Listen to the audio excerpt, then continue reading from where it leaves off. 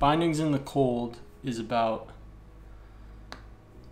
well, Bindings in the Cold is a song I wrote with my brother, and I started production on it about a couple years ago at this point, probably a little before Soldier, and I was constantly struggling with like creative output, and I wasn't able to get this song finished.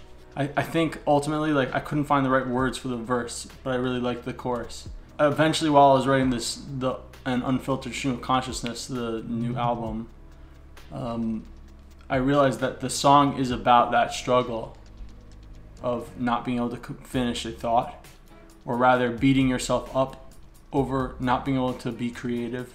The whole like analogy, I guess, is someone who's like sort of keeping themselves outside during the winter in order to accomplish some type of goal. It's freezing cold, but like maybe they don't need to put themselves in that position of criticizing oneself. That's what the song's about. It's really about someone who keeps criticizing themselves about not being able to be creative and not being able to make art, not being able to, you know, like your value is only tied to how creative you can be. And yeah, I think ultimately it's an important song to me because it's something that's constantly on my mind if I'll be able to maintain a creative output forever. I'm glad I found a song to talk about that, which fits into the overall theme of An Unfiltered Stream of Consciousness, which is essentially just about my fears.